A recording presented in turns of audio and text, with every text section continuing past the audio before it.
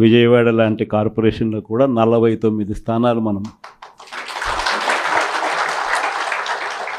అప్పట్లో గెలిస్తే తెలుగుదేశం పార్టీ కూటమి వీళ్ళకు వచ్చిన స్థానాలు 14, కమ్యూనిస్టులకు వచ్చింది 1. ఈ 49 స్థానాలకు మనం గెలిస్తే 64కు గాను వాళ్ళకు కేవలం 14 స్థానాలు ఉన్నప్పటికీ ఎన్నికలు అయిపోయిన తర్వాత రోజు నుంచి రకరకాల భయాలు, రకరకాల ప్రలోభాలు అదే పనిగా పెడుతూ ఒక 11 మందిని మాత్రం భయపెట్టో ప్రలోభాలు పెట్టో తీసుకోవడం జరిగింది. అయినప్పటికీ 38 మంది నిఠారుగా నిలబడ్డారు అని చెప్పడానికి గర్వపడతాను.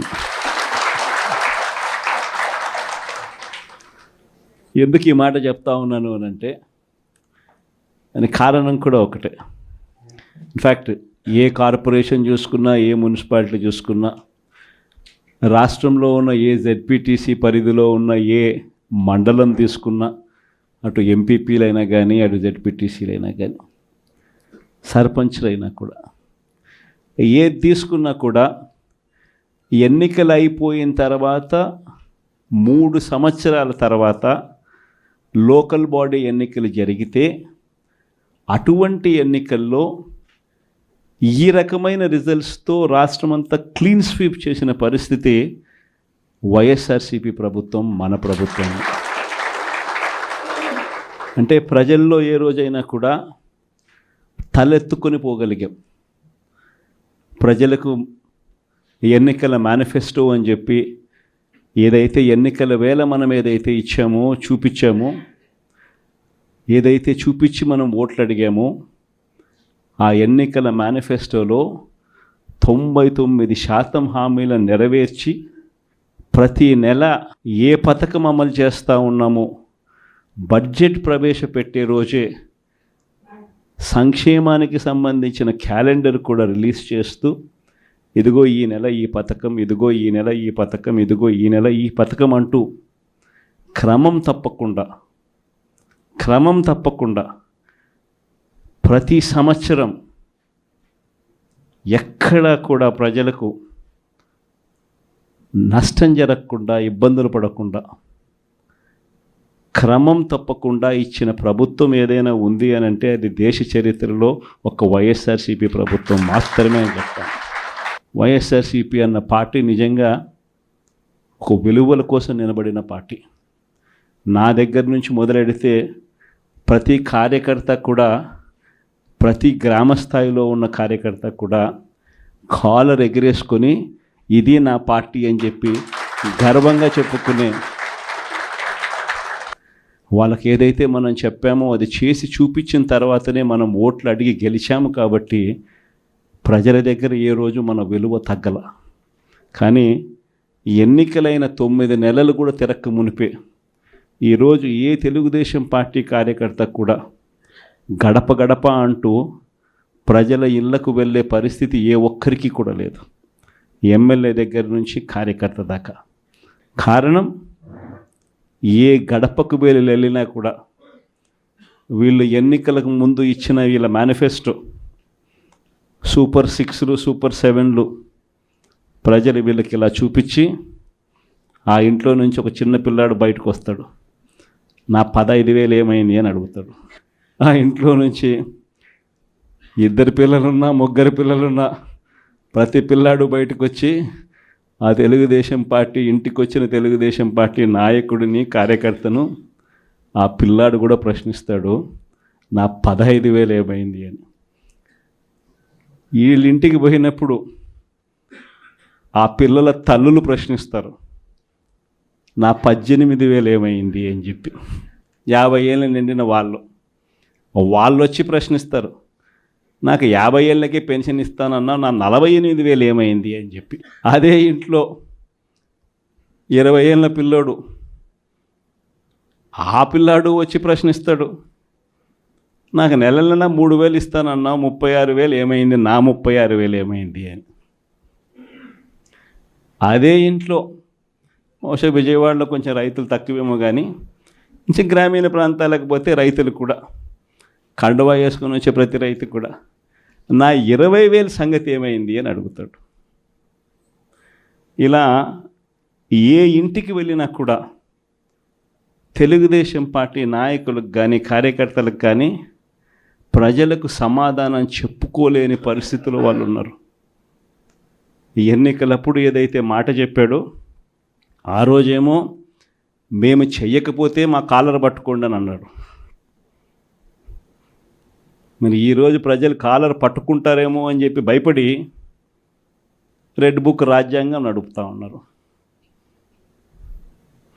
ఈరోజు ఏమంటా ఉన్నారు, ఎన్నికలు అయిపోయిన 9 నెలల తర్వాత ఈరోజు ఏమంటా ఉన్నారు, సంపద సృష్టించడం ఎట్టనో నా చెవిలో చెప్తే నేను తెలుసుకుంటాను అంటున్నాను. వాస్తవాలు. ఇదే మాటలు ఎన్నికలకు ముందు నేను చెప్పా, చంద్రబాబు నాయుడు నమ్మడం అంటే చంద్రముఖిని నిద్ర లేపడమే అని. ఇదే మాటలు నేను ఎన్నికలప్పుడు చెప్పిన, చంద్రబాబు నాయుడు నమ్మడం అంటే పులి నోట్లో తలబెట్టడమే అని చెప్పి. ఇదే మాటలే నేను చెప్పా. మేనిఫెస్టో ప్రజెంటేషన్ చేసేటప్పుడు ఇక్కడ ఇలా నిల్చుని ఇలా మేనిఫెస్టోని ఇలా చూపించా. మన మేనిఫెస్టోని ఇలా చూపిస్తూ వాళ్ళు చెప్పిన మేనిఫెస్టో హామీలను కూడా ఇలానే చూపిస్తూ చెప్పా. ఇది సాధ్యమయ్యేటి కాదయ్యా చంద్రబాబు నాయుడు చెప్పేటివి. రాష్ట్రానికి సంబంధించిన బడ్జెట్ ఇది, మనం చేస్తూ ఉన్న బటన్లు నొక్కే కార్యక్రమం ఇది, దీనికే ఇంత డబ్బు ఖర్చు అవుతుంది. మరి చంద్రబాబు నాయుడు ఏమో 1,72,000 కోట్లు సంవత్సరానికి అయ్యే ప్రతిపాదనలు ఆయన చెప్తా ఉన్నాడు. సూపర్ 6లు మోసము, సూపర్ 7లు మోసము అని చెప్పి చెబుతూ మనమేం చేయగలుగుతాము అన్నది కూడా ప్రజలకు అర్థమయ్యేట్టుగా కూడా మేనిఫెస్టో సందర్భంగా కూడా చెప్పడం జరిగింది.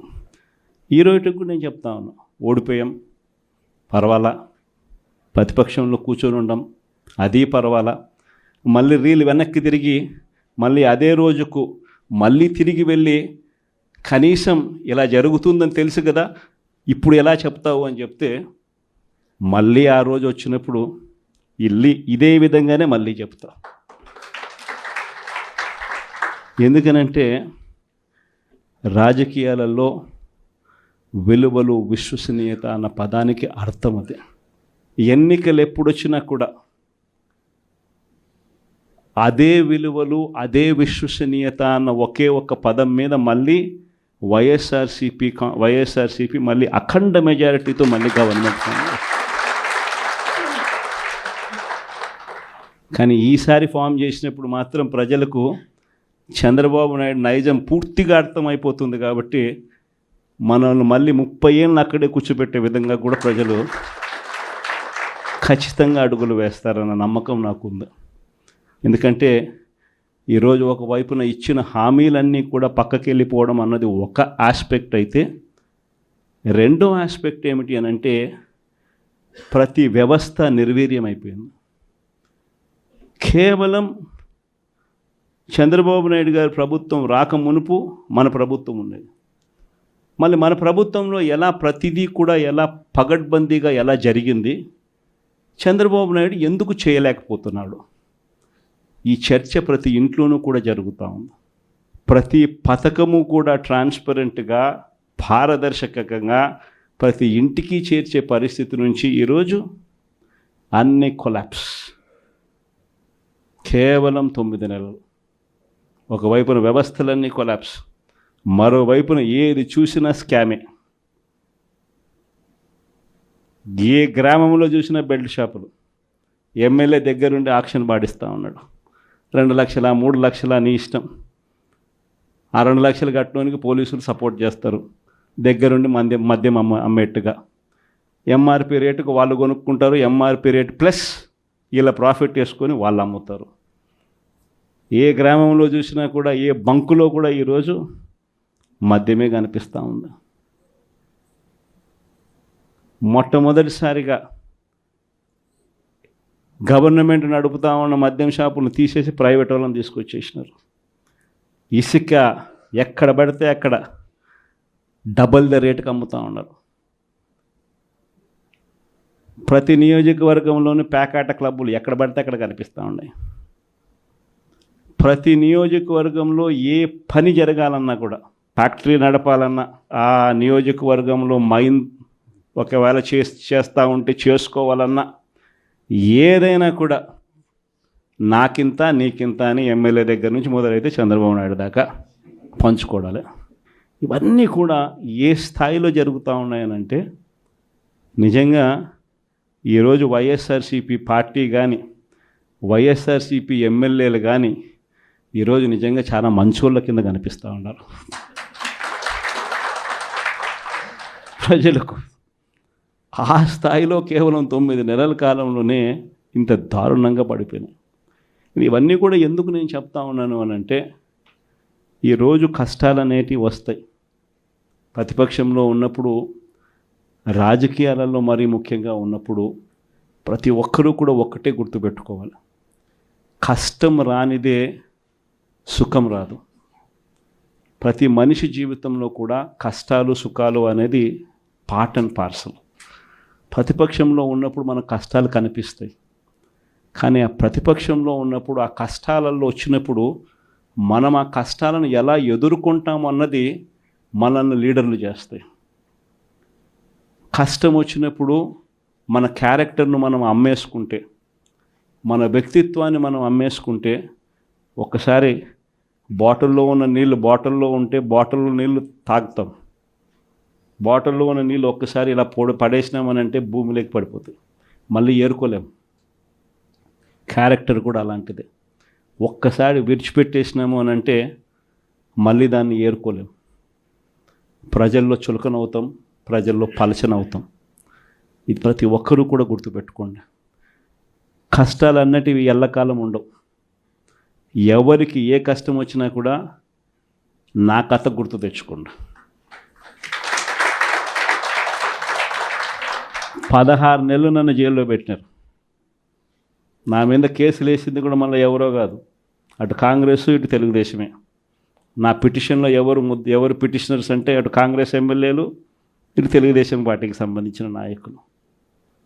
కేవలం రాజకీయంగా ఎదుగుతున్నాను అని ఒకే ఒక కారణంతో దొంగ కేసులు బనాయించారు. 16 నెలలు జైల్లో పెట్టినారు. కానీ ఏమైంది? బయటికి రాలా? ముఖ్యమంత్రి కాలా?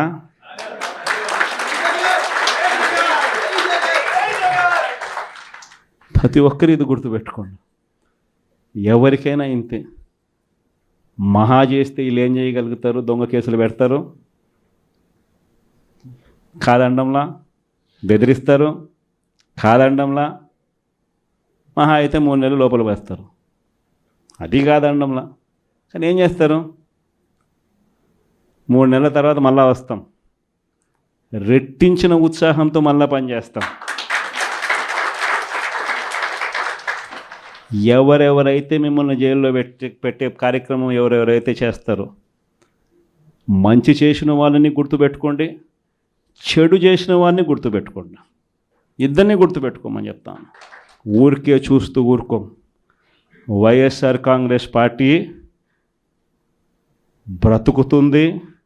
వైఎస్ఆర్ కాంగ్రెస్ పార్టీ ఈ రాష్ట్రాన్ని ఏలుతుంది అని కూడా సందర్భంగా చెప్తాను. మరో 30 సంవత్సరాలు ఏళ్తామని కూడా ఈ సందర్భంగా కూడా మరి గట్టిగా కూడా చెప్తాను. కాబట్టి ఎవ్వరూ కూడా వైఎస్ఆర్ కాంగ్రెస్ పార్టీకి సంబంధించిన ఏ కార్యకర్త వెంటికి కూడా పీకలేడు అని చెప్పి కూడా ఈ సందర్భంగా చెప్తాను. ఇది ప్రతి ఒక్కరూ గుర్తుపెట్టుకోండి. ఒక్కటే గుర్తుపెట్టుకోండి, ఈసారి జగనన్న 2.0 కొంచెం వేరుగా కూడా ఉంటుంది. ఈసారి జగనన్న 2.0 కార్యకర్త కోసం ఎలా పనిచేస్తుందో కూడా చూపిస్తుంది. ఇది మాత్రం నేను ఖచ్చితంగా చెప్తా ఉన్నా. ఎందుకనంటే జగనన్న 1.0లో బహుశా కార్యకర్తలకు నేను అంత గొప్పగా బహుశా చేయలేకపోయి ఉండొచ్చేమో. ప్రతి పథకము ప్రతి విషయంలోనూ కూడా మొట్టమొదటిగా ప్రజలే గుర్తుకొచ్చారు. ప్రజలకు మంచి చేయడం కోసమే నా టైం కేటాయించా, నా తాపత్రయపడ్డా, ప్రతి విషయంలోనూ దానికోసమే అడుగులు వేశా. కానీ జగనన్న 2.0కి వచ్చేసరికి మాత్రం చంద్రబాబు నాయుడు కార్యకర్తలకు పెడతా ఉన్న ఇబ్బందులు చూసా. కార్యకర్తలు పడతా ఉన్న అవస్థలు చూసా, కార్యకర్తలు పడతా ఉన్న బాధను గమనించా. వీళ్ళ కోసం గట్టిగా మీ జగనన్న ఉంటాడని సందర్భంగా గట్టిగా చెప్తాను.